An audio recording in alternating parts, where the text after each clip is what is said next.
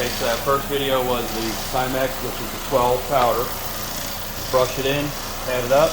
This one's the acid substitute, a little bit of a solvent plus surfactants. Sprayed only on the grout lines. And again, you can see it's getting lighter and lighter, but I got to mop this up, so it's getting better. I'm going to wipe this and then going to run the machine and pat over. As I wipe this as I go, now I'm going to put 7 right back on the grout line, just the grout line. This Miracle substitute, acid substitute product, the solvent on it dries really quick. So the big issue on this, big tip, keep the grout lines wet. If you're doing small areas, not a problem. You want to do larger, you need 2 guys or more to keep the grout line wet between each product. The grout line's going to be wet, and then you can extract it with a pad.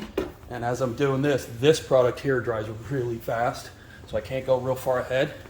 I have to do a little bit, and then I'm going to have to, the grout line's starting to get dry.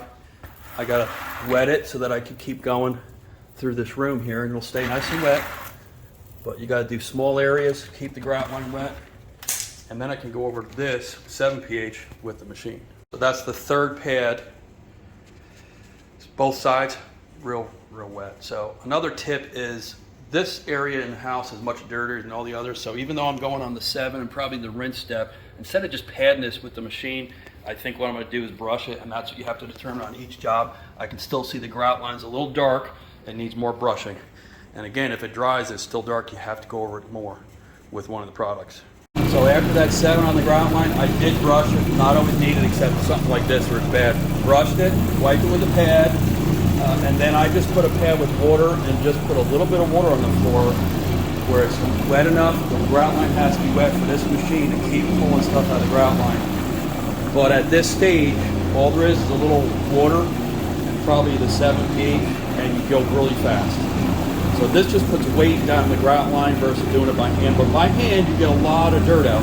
Look at the color difference. That just brushing it and patting it is good. But then the last step, 7, maybe wipe some water on the floor and then use this. The weight of this machine gets in the grout line, and it will pull more stuff out of the grout line. So 3 steps.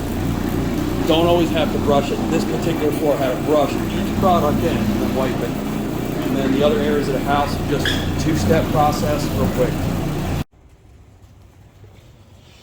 Grout's not going to dry for until the end of the day, but look at the amount of dirt that was taken off of the tile.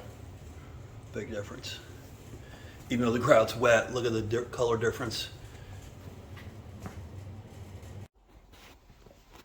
So here's the floor.